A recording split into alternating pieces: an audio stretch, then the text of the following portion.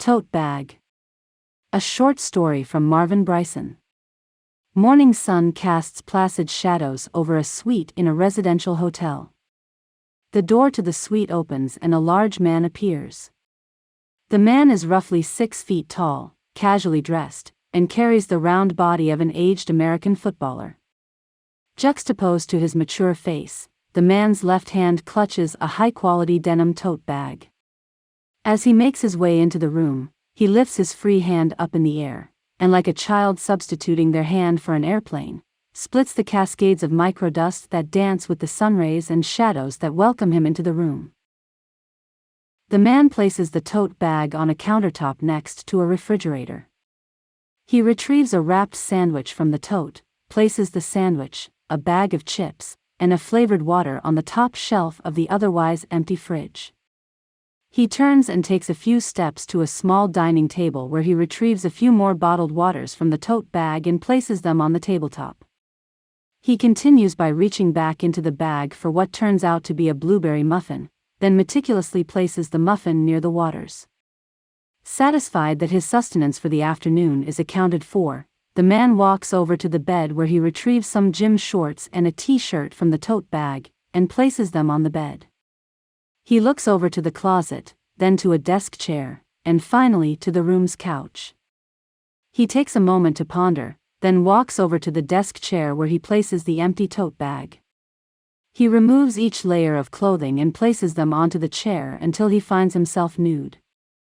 The man turns to a mirror on the wall where he takes in his roundish naked body, wrinkled upper thigh muscles, and flaccid manhood. In his mind's eye, he's observing the broad-shouldered strapping young man he once was. Reality sets in when he firmly places his hands on his beer belly to give it a good jiggle.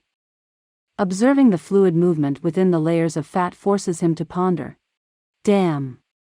How did I let this happen? It is what it is, I guess. He quickly shakes off the moment of self-pity to search for the television remote. He spots it near the TV and turns it on. One of those hotel TV computer menus pops up on the television screen and he says out loud, "I guess I can make the thing work."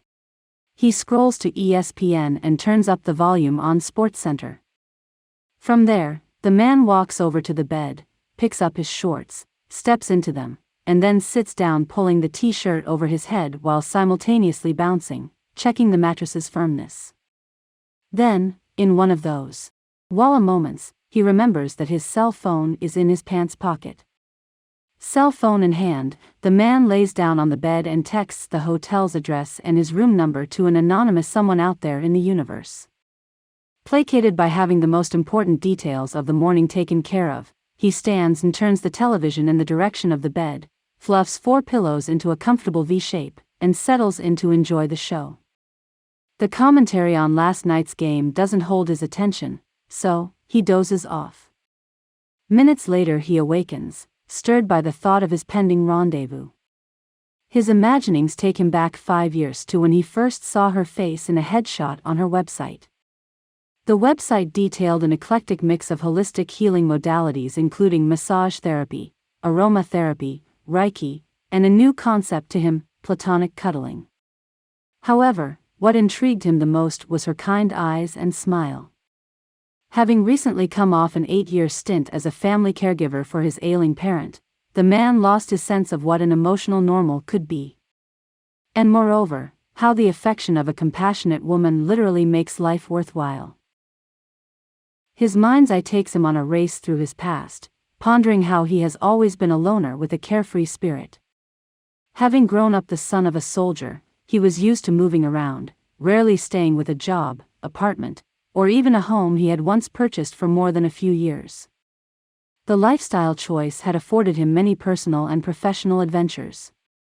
However, now that he's pushing 50 and has a chronic illness, he can't help but question his youthful choices and lack of commitment, wondering what his life may have been like if he had played it safe and lived a more secure, but mundane existence. A chime from his phone brings him back to the present. He spies the time on his cell, and in his eagerness thinks, 11 a.m.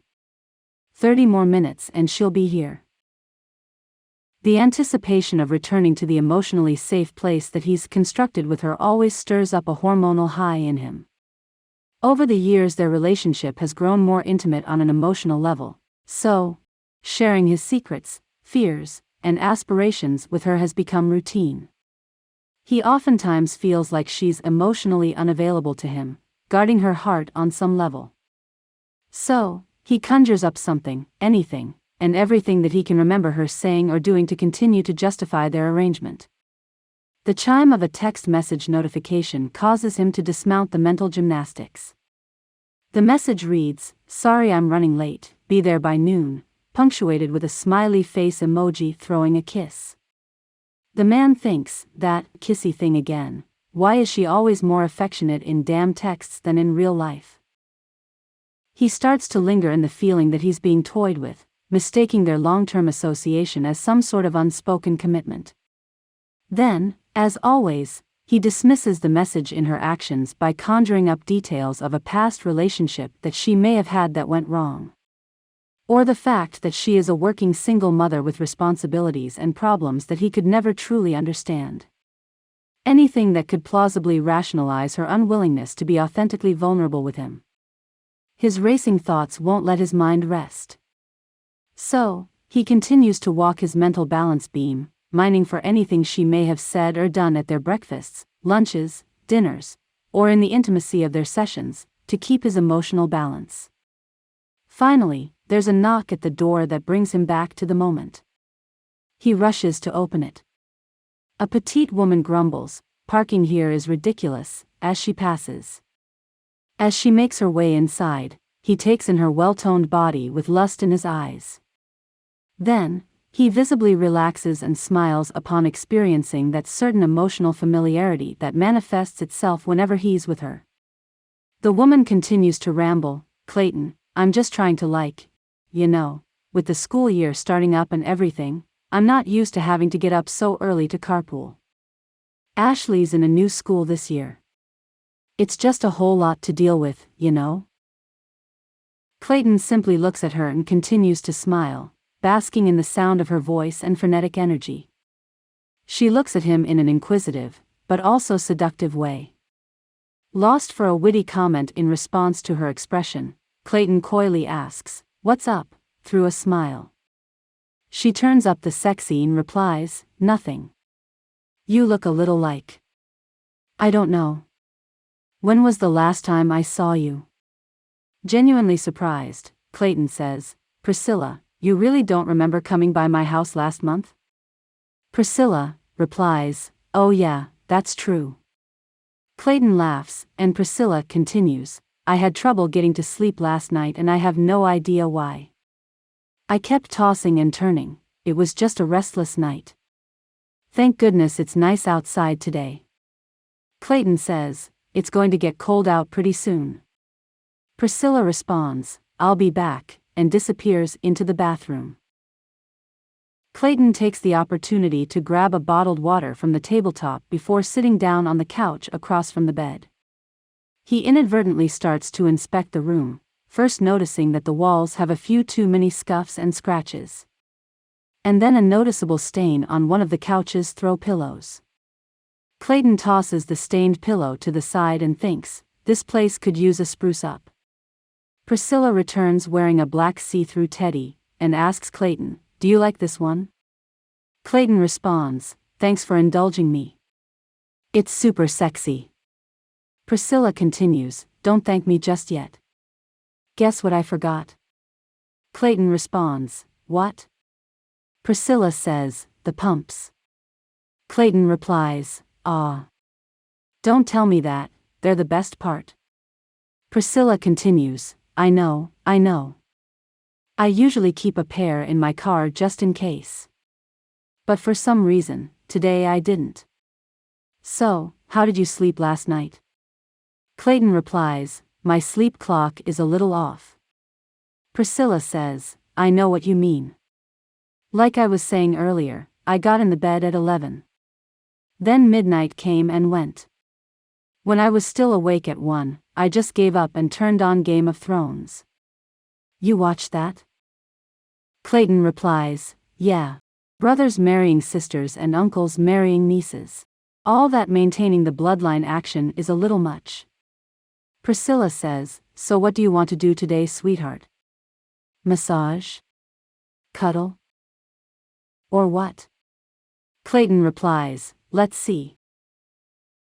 First I want to get a closer look at you and that teddy.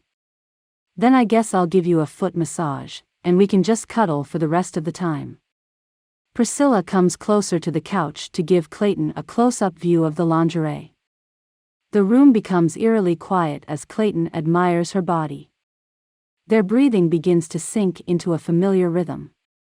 Clayton reaches out to caress Priscilla's hip, then follows his hand with his eyes as it moves from the French cut of the fabric to her bare skin. He savors the moment and says, "This teddy, you spoil me sometimes." Priscilla follows his cue and steps away into a slow, sexy spin. Clayton enjoys the 360-degree view of how her tan body seeps through the sheer material of the lingerie. After 2 rotations, Priscilla takes Clayton by the hand and drags him over to the bed and enthusiastically says, "All right. So, how do you want me? Face up? Or face down?" Before Clayton can answer, she grabs a pillow from the V, flops down onto the bed, and lays her head on the pillow. Clayton sits and places her feet onto his lap. Then allows himself to admire Priscilla's body for a few seconds that hang like minutes. He gently rubs both of her feet individually, then simultaneously, one hand on each foot to warm them up a bit. He then applies some lotion to his hands and starts to massage her well-pedicured foot. He uses his thumbs to apply pressure to the bottom of the foot to release any tension in the muscle. Priscilla lets out a perfunctory purr and says, "Ah. That feels so good." Clayton responds, "I aim to please." He continues his stellar foot massage, then works his way up her muscled legs, to her inner thighs, to her thong-covered athletic back side. Priscilla takes in a deep breath then exhales. Clayton thinks to himself, "I love touching her this way." Then says, "Turn over." Priscilla honors his request, plopping her feet on his lap. Clayton continues the sensual foot rub, admiring the view of Priscilla's body beneath that see-through teddy. He works up her legs, across her hips, then over her stomach and breasts, taking great pains to not caress her pubic area because it's beyond her agreed-upon boundaries. Satisfied with getting his fix of Priscilla's all-too-familiar body, Clayton says, "Okay. That's it for today." They both stand and fall into what is clearly a regular routine. Clayton pulls the bed covers back. Priscilla fluffs the pillows and assumes the little spoon position on the left side of the bed. Clayton pulls the covers over them, naturally becoming the big spoon.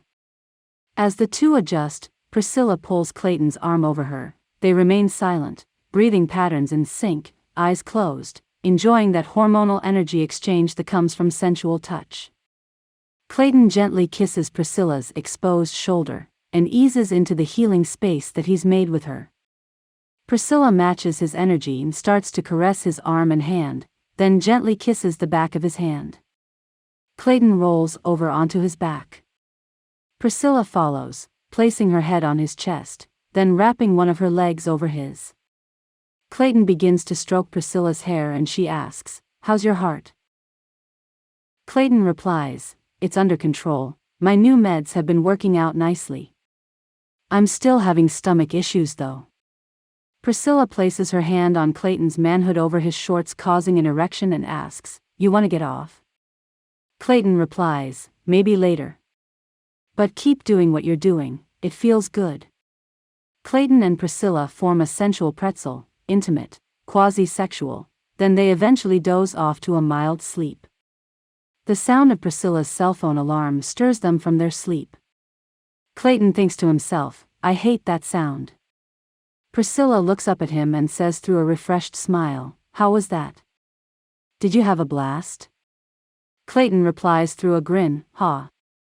Very funny. I'm in snooze mode just like that damn alarm. So, can you stay a little while longer?"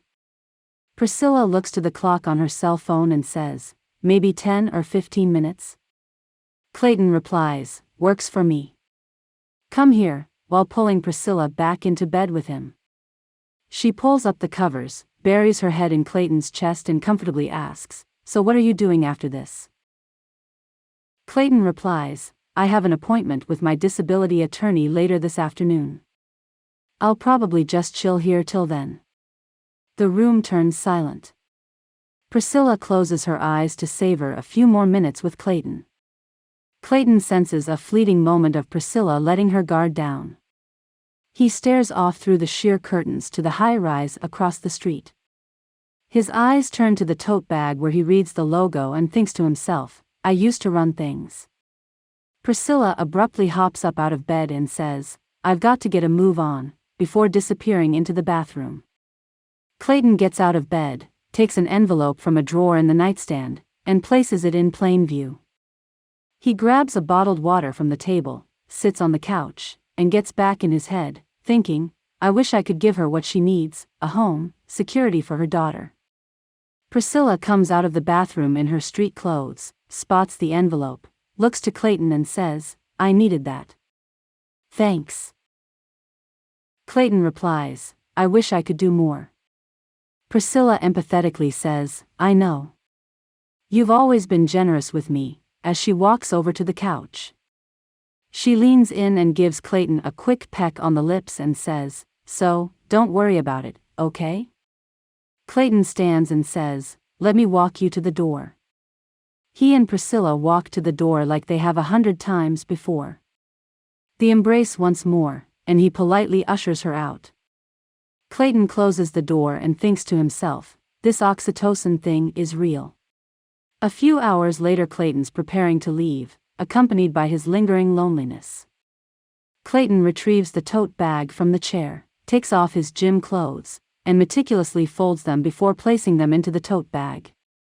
Almost woefully, he conducts a quick room check. Then a smile comes across his face because he's decided to place his many thoughts concerning Priscilla into a tote bag of their very own, knowing that he'll keep seeing her, no matter how desperate or tragic it may seem, as long as she allows him to. The end.